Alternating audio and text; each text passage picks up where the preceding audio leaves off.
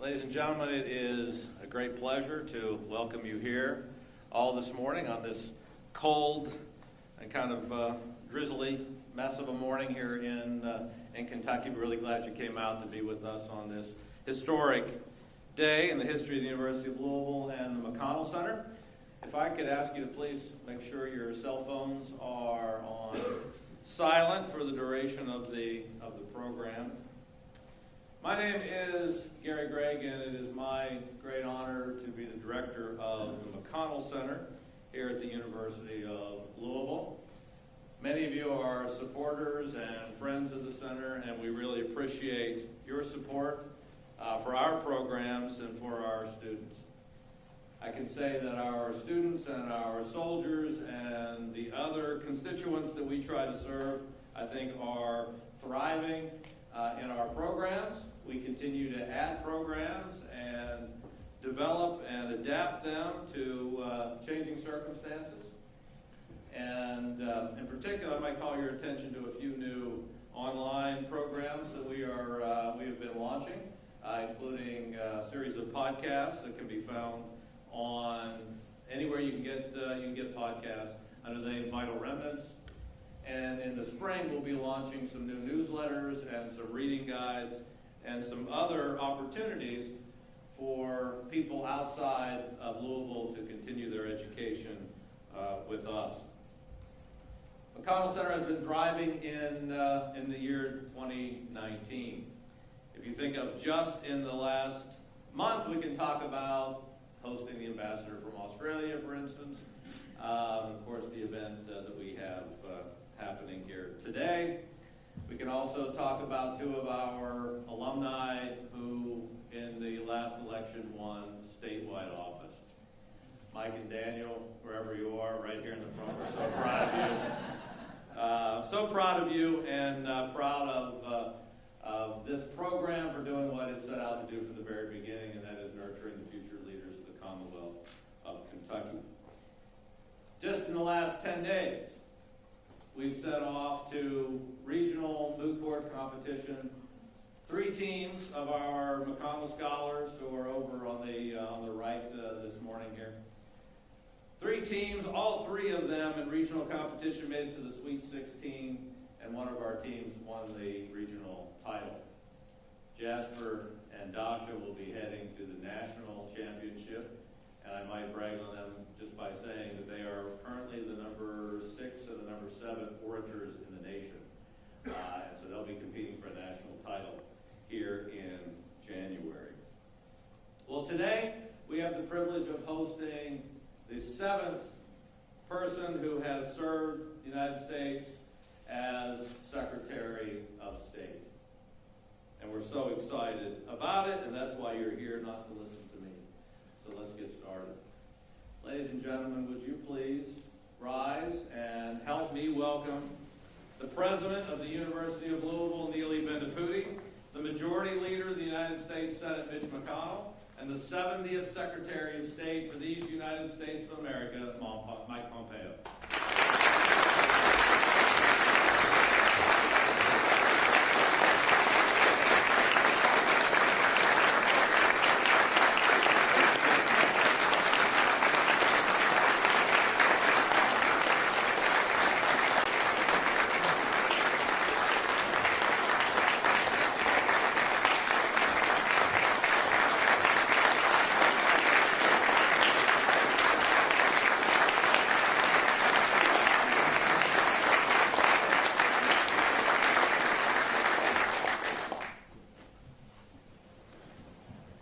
Good morning, everybody.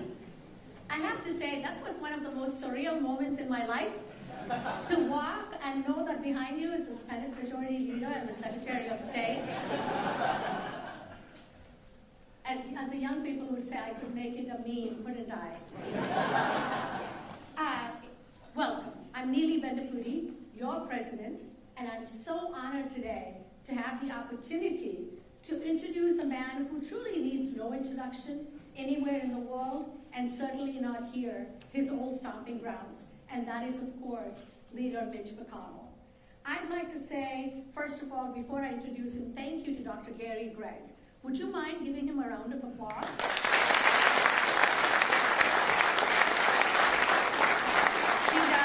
He does such an amazing job with our students and our soldiers that we are so grateful to have the opportunity to serve, and as you heard, the rest of the public as well.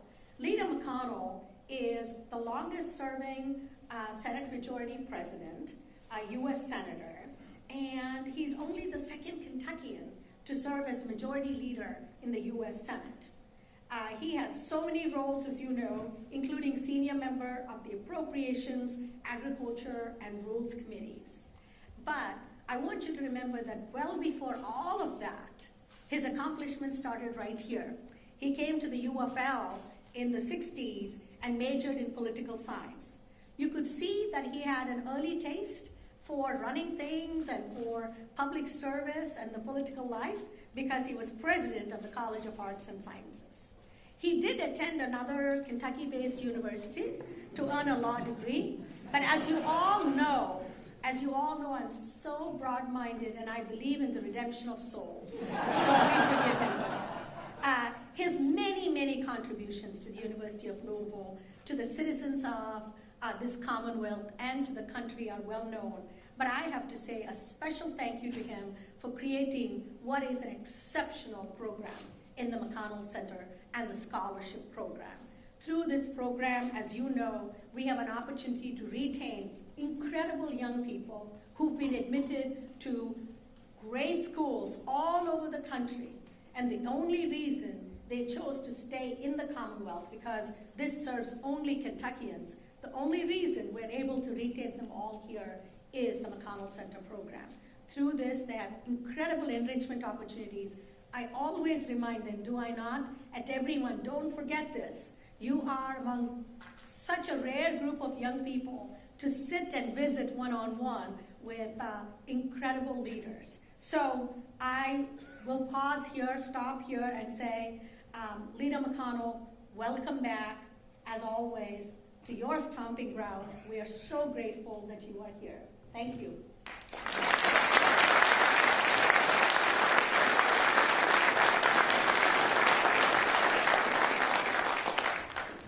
Well, good morning.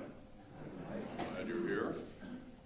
Thank you, Neely. And by the way, don't you think she's just been a shot of adrenaline to the university and to the whole community? Thank you for the wonderful job.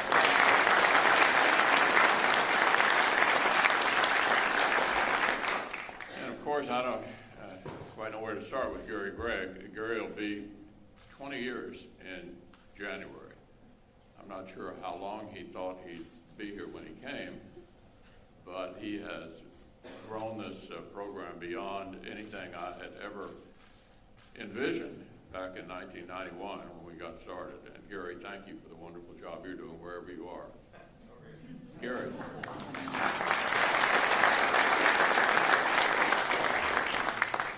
Of course, the evidence of all of what Gary and the university have accomplished is on full display with our students.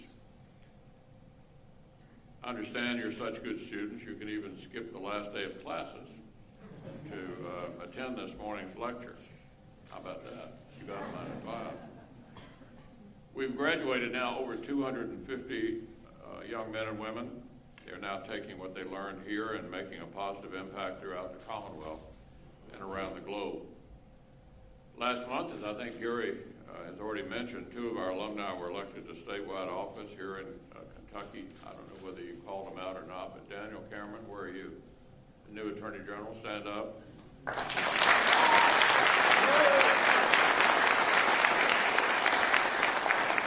Mike Adams, the new Secretary of State.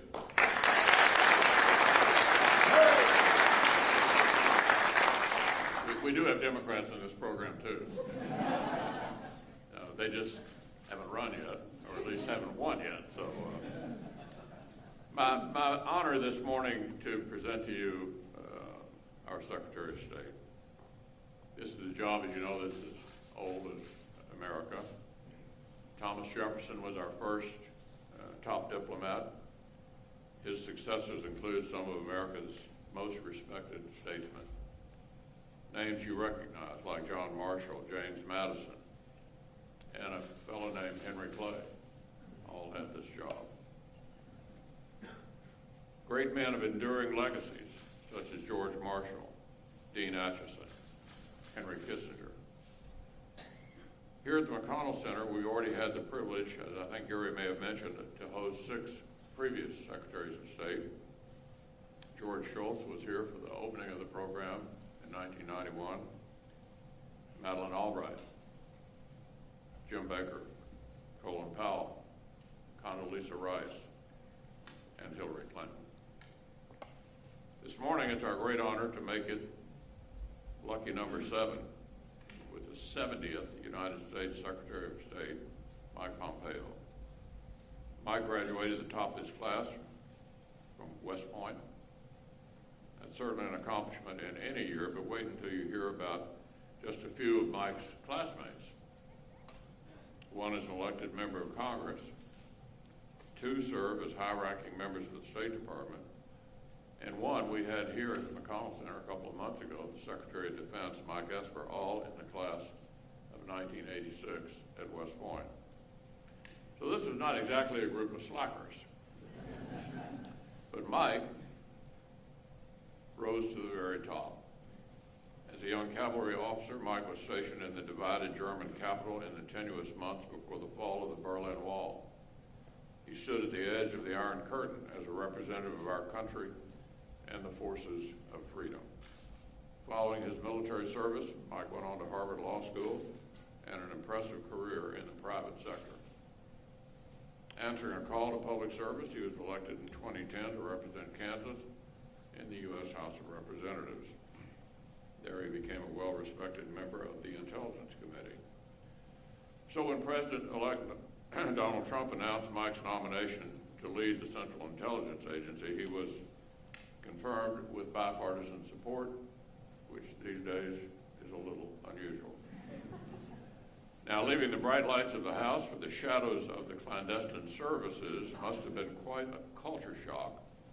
Mike was forced to trade the cloakroom for the cloak and dagger. But he succeeded there too and quickly won the confidence of our nation's intelligence professionals and our commander-in-chief. Mike regularly delivered the president's daily briefing and became a brilliant and trusted counsel on some of America's most sensitive matters. We later would learn that included conversations with North Korea on denuclearization, a bold effort to advance the cause of peace in the world. With this record, it's no wonder President Trump turned to Mike when he needed a new Secretary of State. Mike moved to Foggy Bottom and left the CIA in the hands of a very capable Kentuckian and a fellow U of L graduate, Director Gina Haspel, who has also been here at the McConnell Center. As Secretary of State, Mike is the leading voice for American foreign policy. He oversees more than 76,000 personnel working at embassies and diplomatic missions around the globe. And like his 69 predecessors, he is tasked with promoting our nation's values and ideals abroad. Whether that's supporting human rights and democracy in Hong Kong, countering Putin's aggression by strengthening NATO, promoting our enduring relationship with Israel, or standing strong against Iranian bad behavior. Whatever the situation, we can all rest assured that Secretary Mike Pompeo is on the job. Just last month, Mike went back to Berlin, this time not as a soldier, but as our #1 diplomat. He joined the celebration of 30 years since the fall of the wall and the beginning of the end of the Soviet Union's control of Eastern Europe. Once again, he represented the indispensable role of America's leadership in the world, one that speaks for free people and a shared global prosperity. I'm glad to have him as a partner. I'm so pleased he's here today.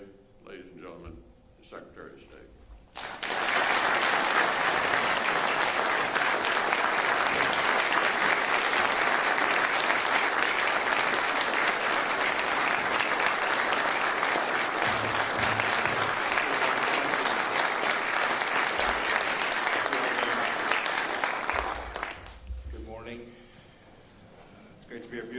Down here in Kentucky. Senator McConnell, thank you so much for that gracious introduction. Senator McConnell has truly been a great partner of mine in the State Department of the Central Intelligence Agency in his role as the leader in the United States Senate.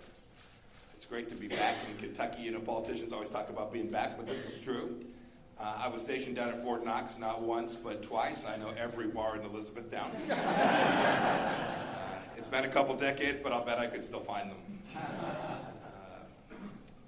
I do want to thank, too, the McConnell Center and the University of Louisville for having me here. It's difficult to come on campus. The last time I interacted with the University of Louisville, you were beating my Wichita State Shockers in the Final Four in Atlanta. I am not emotionally over it. And so if I struggle today, you now know why. It's great to be here. As a former soldier, too, I want to thank you for your Army Leadership Development Program here. And I especially commend your emphasis on civic education. I see all these great leaders in uniform. It reminds me of the first campaign commercial. The person putting it together said, "Hey, Mike, why don't you get your uniform?" And my wife said, "He might be able to fit in his boots." So go look it up. Boots. It's a great campaign commercial. And to those of you who are here, students, great. I understand Senator McConnell said you're missing class today. Is that right? You're welcome. But I'm glad you're part of this program. It represents the finest of the American tradition. And it's part of the reason that I'm here today as well. It's part of my duty as America's top diplomat to explain to Americans how the State Department and the work that we do benefits each and every one of you every day. And it's important, too, that I get a chance to hear from Americans outside of Washington. And I'll do that when I get a chance to meet with some of you just after that. I also come out here to recruit, state.gov. Go check it out. It's a great place to work and serve America. So I'm on a recruiting mission here in Kentucky as well. Back in May, I spoke at a place called the Claremont Institute now in California. I used those remarks to talk about President Trump's vision for American foreign policy. And I told that group that President Trump is within the American tradition, but is staring at this from the perspective of how the founders thought about American foreign policy. There are three central ideas if you go back and read. First was this idea of realism. You have to stare at the problem set as it is, not as you wish it were to be. The second idea is restraint, understanding that we live in this unbelievably exceptional nation. We have an enormous privilege as American citizens, and we have a special role to play in that world. But our power is not limitless, and sometimes we have to make difficult choices. And I'll talk about that a little bit more this morning. And the third idea is respect. Respect for our American principles and how other nations choose to run their affairs inside of their own countries. And I want to talk about that today in the context of a place that gets too little attention from us here in the United States, and it's the work that we do here in the Western Hemisphere, the place that we all live. I looked at the list of where the previous secretaries of state has traveled, and too often there was neglect to the places most close to us. I want to start with the big picture in Latin America. And in just the last few years, we've seen some truly remarkable things. Many nations have made a sharp turn towards democracy and capitalism, good government, away from dictatorship and socialism and the corruption that has been endemic in some of those countries. You see this just in the past few weeks. The Bolivians are rebuilding their democracy, even as we sit here today. No one in the region any longer believes that authoritarianism is the way forward, that it's the right path, whether you stare at the people in Cuba or in Nicaragua or in Venezuela. They all can see that the path forward is different from what they have been living. When I was in Chile back in April, we saw how people there used their new democratic power for good causes. In July, the nations of the region got together and began their first concerted effort to combat terrorism. Argentina designated Hezbollah as a terrorist organization. First time ever that they'd contemplated something like that. Regional multilateral organizations too, like the Organization of American States and the Lima Group, are members of a treaty called the Rio Treaty. They've taken the lead. They've allowed America to be the supporting effort in helping the Venezuelan people move towards achieving their desire for freedom, liberty, and to simply take care of their own families. It was the summer, just a few months ago, when the Organization of American States put out its first ever statement affirming the right to religious freedom, something this administration has taken to heart and work And Bolivia, as I said before, appointed its first ambassador to the United States in over a decade. There is more democratic cooperation in our hemisphere today than at any point in history. And we're proud of the fact that we've been a part of helping them get to that place. We do this for a couple of reasons. This gets to how President Trump thinks about the world. We support it because people should be free to exercise their unalienable right to self-government. We support it because political freedom goes hand in hand with economic freedom and economic flourishing, and trade with these nations benefits the people here in Kentucky and all across America. And we support it too because it's simply the right thing to do. Authoritarian regimes don't go easily, however. Take a look at Maduro. He's hanging on today. He rules Venezuela, but will never again govern it. But make no mistake, he and other dictators like him will work to continue to suppress their people. Cuba, too, has tried to hijack legitimate democratic protests in its countries and in the region to drive them towards their ideologic ends. Colombia has closed its border to Venezuela out of concern that protesters from terrorists from Venezuela might enter. And the Maduro regime continues not to place any value on human life and human suffering. And their current lawful president, Juan Guaido, is working diligently to achieve that freedom for their people. You see, too, malign interference in the region. We've worked tirelessly to push back against it. Today in Venezuela, Rosneft, which is Russia's state-backed oil company, continues to prop up the corrupt and illegitimate Maduro leadership. They take billions of dollars out of the Venezuelan economy each and every year. We've tried to drive with moral and strategic clarity the recognition that authoritarianism in our hemisphere is a threat. It's a threat to us here in the United States. We cannot tolerate these regimes inviting bad actors in and trying to turn allied democracies into dictatorships. Indeed, the Maduro regime has permitted Iranians to come into their country, posing an even greater threat here to the United States. We've done so in a way that's been realistic, within the capacity of the American power to achieve the ends that we're seeking to achieve. So what did we do? We rolled back the Obama administration's cuddling up to Cuba by applying heavy new sanctions. We recognize that engagement has not improved Cuba's regime. It hasn't made it better. The human rights record was worse. The risk to the Cuban people was worse, and the risk to the United States was worse, and their capacity to influence Venezuela even greater. So we've changed that. We've allowed Americans to seek justice by suing the regime in Havana to recover property that it stole a long time ago. It only makes sense when Americans had their stuff stolen to give them a chance to get it back.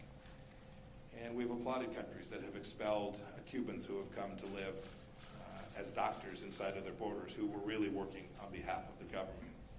These doctors, this is a program that's hard to fathom sometimes. They send doctors to countries all around the world. They traffic to generate income for the Cuban leadership. So the doctors receive 10 or 20% of the revenue that they generate, and the rest goes to fund the Cuban regime. We see these tyrants in the region for what they are, and we craft policies to confront them, not to appease them. And this really gets to the second point. A policy on Venezuela is mixed with restraint.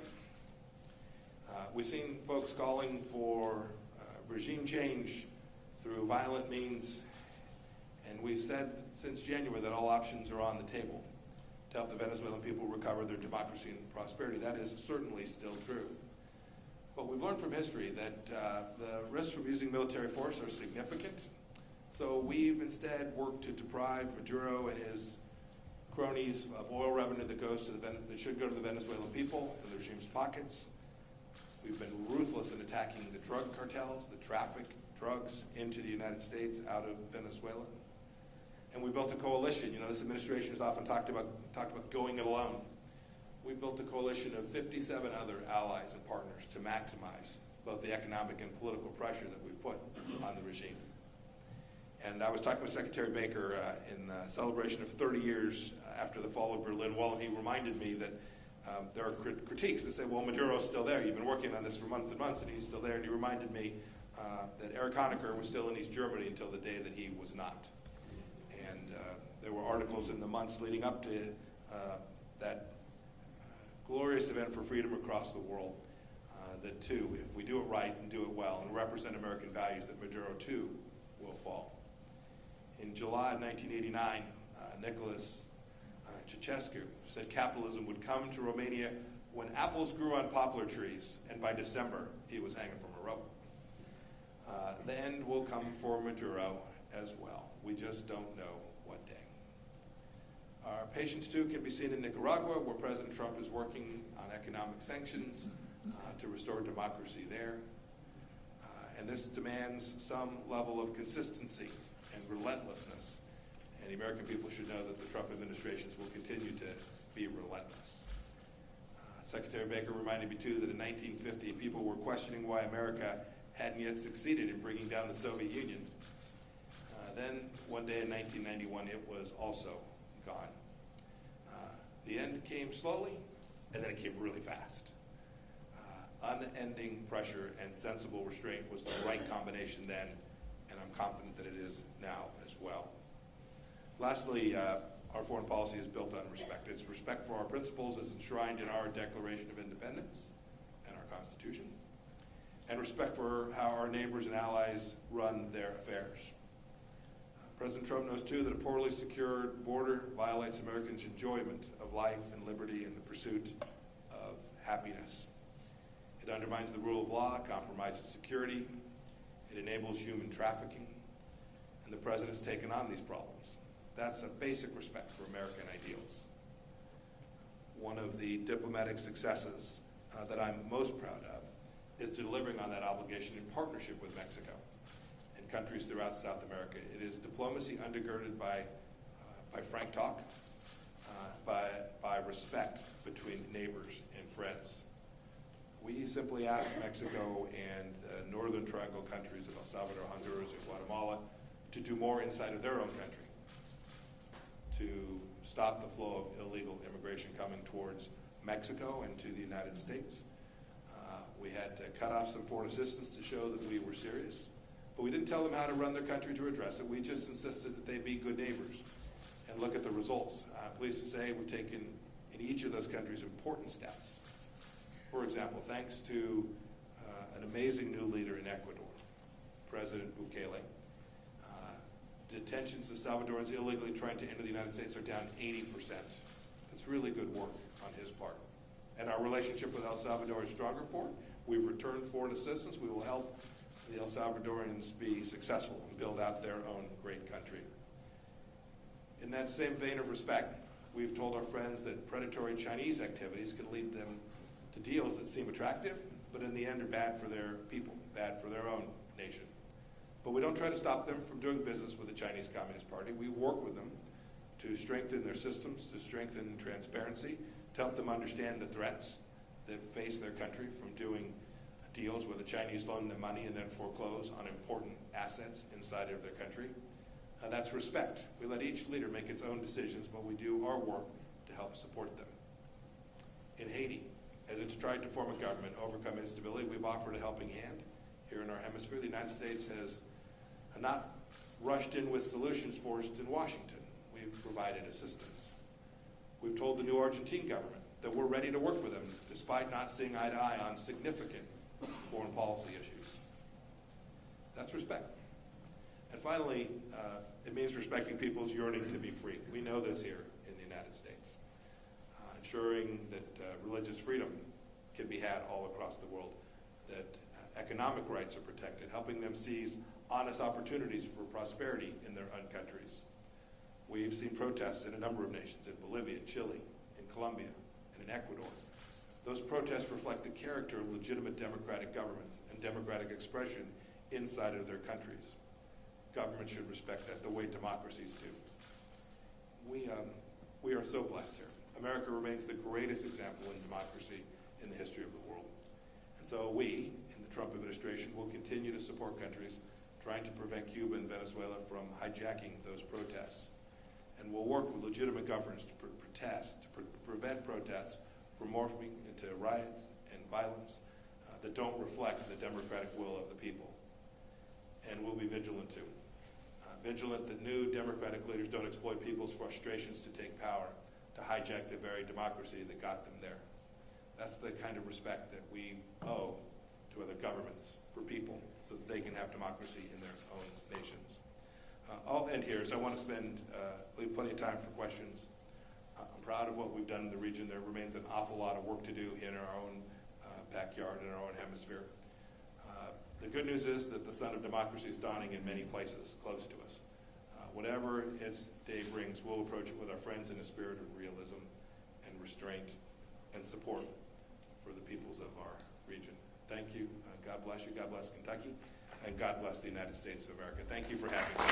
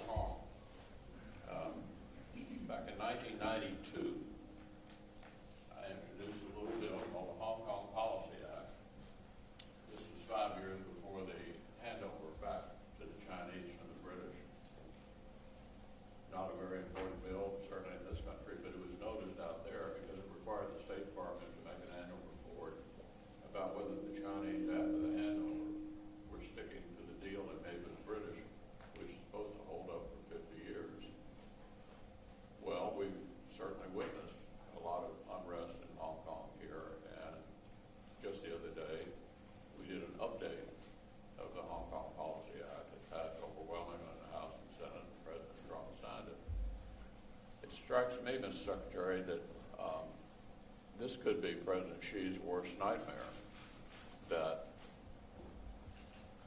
this view that being able to express yourself and maybe being able to elect your own leaders would metastasize into the mainland.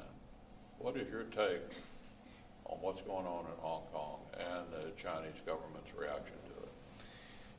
Leader McConnell, you've been at this issue in Hong Kong for an awfully long time, and thanks for handing me the requirement to certify now. That's great. Put it in my lap. Deeply appreciative.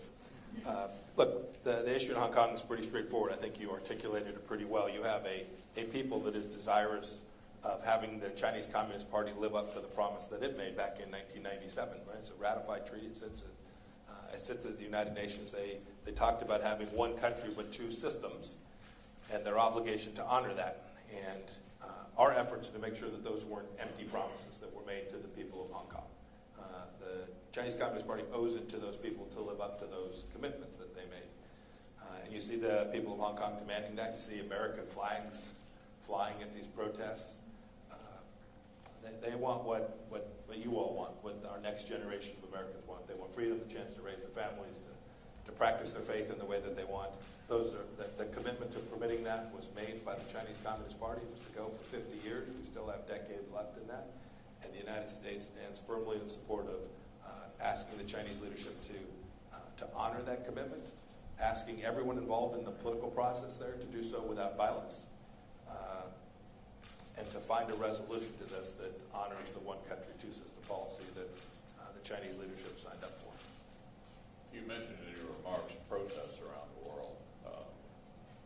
You've mentioned on other occasions, and others of us have, protests going on in places like Iran and Lebanon. What's behind all of this? What's your take on the level of unrest, particularly in an adversary like Iran? So I'm not sure you can draw a line between all the protests and all the different places that is direct, other than each place that you find these protests, you see people who are living under authoritarian regimes and demanding a fundamental change. In the Middle East, what you see taking place is the Iraqi prime minister resigned within the last 48 hours. He did so because the people were demanding freedom, and the security forces had killed dozens and dozens of people.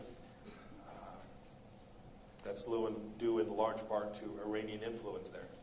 The same is true in Lebanon. The protests in Beirut are a desire for the people of Lebanon. It's people of all religions. You have Christians, Sunni Muslims, people from all across Lebanon just demanding basic autonomy for the nation. They want Hezbollah and Iran out of their country, out of their out of their system as a violent and repressive force inside of the country. The same thing's happening in Baghdad, and the protests in Iran itself in 90-plus cities are taking place because the Iranian people are fed up. They see a theocracy that is stealing money. The Ayatollah is stealing tens and tens of millions of dollars, putting it in his own pocket, money that should go to provide resources for the Iranian people, and they just say enough, and they're demanding these basic rights. Our role in all of this is to support freedom wherever we are able to do so, to create transparency so that the world can see. In Iran, the reporting indicates that there are several hundred people who have been killed by the security forces, thousands detained inside of Iran, and to stand up and say, that's not right.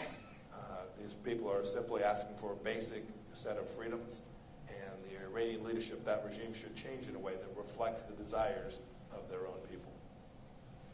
The administration made an important decision, in my view, that I supported, to withdraw from the previous administration's Iran nuclear deal. To what extent are the Europeans resisting following our lead on that, in that decision? And the sanctions that the administration levied against Iran, how effective have they been so far? So the previous administration chose Iran to be its primary security partner in the Middle East. We thought that was fundamentally flawed proposition. The Iran nuclear deal, the JCPOA, was a central part of that. Its stated goal was to deter Iran from being able to have a nuclear weapon system, when in fact it was a guarantee that there was a glide path for Iran to have a nuclear weapon. And so President Trump made the decision to withdraw from it. That had a number of salutary effects. The first is it stopped funding the regime in Iran. We all saw the $150 billion that was transferred there, but they permitted European countries to trade in Iran, creating wealth, creating money that underwrote Hezbollah in Lebanon, underwrote Shia militias in Iraq, that underwrote assassination campaigns in Europe. And now the Iranian regime has fewer resources to conduct that terror campaign and to build out their nuclear systems, to do R&D on weapons or whatever it is they might be desirous of achieving. The Europeans chose a different approach, a fundamentally different approach. They have stayed inside of the nuclear deal. We've encouraged them to move away from that. We don't think it's productive. The United States has reimposed sanctions. The Europeans have chosen not to do that. The good news is, in spite of what the world told President Trump, that American sanctions would not work, the world was wrong. These sanctions have been incredibly effective. Iran's wealth will decrease materially in 2019 from 2018, and again in 2020 from 2019. And their ability to trade with the rest of the world is also greatly diminished. This is not to impact the Iranian people. There's plenty of money for the Iranian people. If the Ayatollah can underwrite a missile program, centrifuges spinning to create nuclear systems, to underwrite Hezbollah in Lebanon, to underwrite fighters that are traveling to Latin America, if the Iranian regime has that much money and wealth, it has plenty of money to take care of its own people. And we're simply doing this to keep America safe, to keep the Middle East more stable, and to enable the Iranian people to convince the regime that it needs to change its ways in the most fundamental and basic way, to just ask Iran to behave like a normal country. The President called me this morning about matters unrelated to foreign policy, but mentioned he was headed to England, and I assume you are as well. What do you anticipate will come out of this upcoming NATO meeting? Yes, I'll leave here Louisville to London direct. Yeah. Yes. So it's an important set of meetings. We're actually celebrating 70 years of NATO. It's the 70th anniversary. It's a pretty cool deal. This has been an important force for good and freedom all throughout the world for all the post-war period now, 70 years. President Trump came in saying we wanted to make sure that NATO was fit for purpose, that it still worked after 70 years, that its focus was right. And my team and the Department of Defense have worked with our NATO partners to ensure that. So what have we done? First, we've made sure that we were addressing the proper challenges. So it was created to fight the Soviet Union and to be a security alliance to oppose the Soviet Union. The Soviet Union is no more. Russia remains. But the nature of the threat from Russia has changed too. There's now an enormous cyber component to the threat from Russia. We need to make sure that NATO is prepared to confront that challenge. It's also the case that China, we no longer have geographic boundaries on our threats. China poses an enormous risk to NATO too, trying to infiltrate NATO systems, NATO communications and technology, all of the things that China would want to do to empower itself at the expense of our transatlantic partners. So NATO needs to be prepared to do that as well. NATO has also taken on an increased role in fighting terrorism. There are NATO forces in Afghanistan today and around the world working to counter terrorism. So the threat has changed, and it's important that NATO reflect that and be fit for purpose for 2020. The second thing the president was intensely focused on was making sure that it wasn't America bearing too great a burden connected to that. And so President Trump asked these countries to do the simple thing of honoring a promise that they've made. Every one of the NATO countries made a promise that they would spend 2% of their own country's GDP on defense. There was an American promise. This was a country that each of those 28 nations made. Some of them have lived up to that. Some of them are struggling to find a way to do so.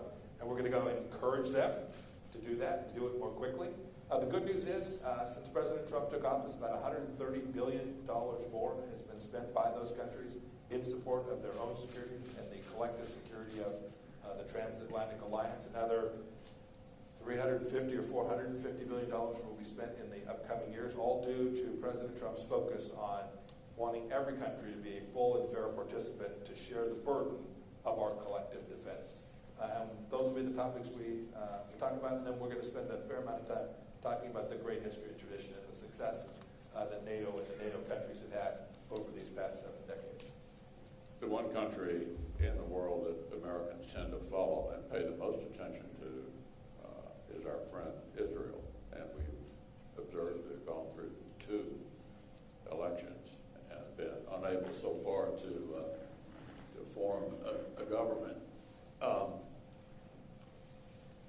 I know we don't dabble in these kind of internal decisions in another country, so that's not my question. Thank you. But do Israel's adversaries in a period of uncertainty like this conclude that it's a time for mischief, or do they think the government, in spite of all the sort of Western-leaning democratic chaos, is prepared to respond no matter what's happening politically, internally in Israel? Yeah, that's a good question. My observation is that those who might seize upon this opportunity know that Prime Minister Netanyahu is still the Prime Minister, and that any threat to Israel would be met in the way that Prime Minister Netanyahu has consistently made defense of Israel a real priority. You saw this, frankly, a few weeks back when there were attacks into Israel out of Syria. It was still during a time where there was political challenge inside of the Israeli government, and Prime Minister Netanyahu took serious action to respond to that. So I don't think anybody sees this moment of political transition in Israel, of them working through their democratic processes, as an opportunity to create risk for Israel. I know the United States stands prepared to do everything we need to do to support Israel as it works its way through this government formation process. I'm told we have one more question. I'm going to go around to a totally different place in the world of special interest to me, and that's a Louisville question. Here it comes. That's Burma. Yes. Yeah, I had a long-standing, note-passing relationship with Aung San Suu Kyi for 2 decades while she was under house arrest, and have watched with great interest the attempt to evolve from a military dictatorship into something more Western-leaning, with open to commerce, elections, all the rest. But there seems to be some backsliding, and she's been under a lot of criticism for not basically standing up to the military and reacting more aggressively to the Rohingya atrocities that occurred, and people have been taking away honorary degrees that they gave her, came here, by the way, to the McConnell Center in 2012 on her first trip to the U.S. What's your take on Aung San Suu Kyi? Is she making a sort of a practical decision that she can't take on the military successfully, and she's enduring total loss of status around the world because she hasn't done something that she may conclude would only lead her to lose power? So she's in a very difficult position. It is a very complex situation. I think you characterized it precisely right. Those are the two polar ends of the choices that she faces there. From the United States perspective, we don't choose leaders, we choose good outcomes.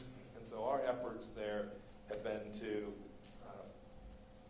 put pressure on the Burmese military. You've seen us sanction Burmese military leaders. The previous administration refused to do that. We've said these are the really bad actors. These are the in this case men who are engaged in activities that would frighten us all, and we all know are deeply important to our way of life here. So we've sanctioned them to put pressure on the military to change its ways, to try and protect the innocent there that have suffered so much. And then we've tried to provide, I've met with my counterparts there, tried to provide them assistance, tried to help them through, but the military's got an awful lot of power, and she's facing a true conundrum. Our hope, our expectation is that she will engage in every activity that she can to try and drive the right outcomes that I believe in her heart she wants for her country and for her people, to drive them in the right direction. It's not unusual. We see this in transitional governments where you have a set of armed military forces under the control or quasi under the control of those outside of government, and a government apparatus trying to get to the right place for their own people, and leaders that are trying to bridge that gap, to get in the right direction, to push back against the military. Iraq is a good example of that, right? The Iraqi leaders trying to push back against these Iranian militias who are denying sovereignty for the Iraqi people. All they really want is to have a free, independent, sovereign Iraq, and yet you've got Iranian arms and Iranian military driving inside of that country. And so we watch the leaders. We're continually disappointed in them that they have not done more, but we also recognize they're in a difficult place, trying to maintain enough influence and capacity to begin to push in the right direction. I think Aung San Suu Kyi is very much in that same place. Join me in thanking Secretary of State.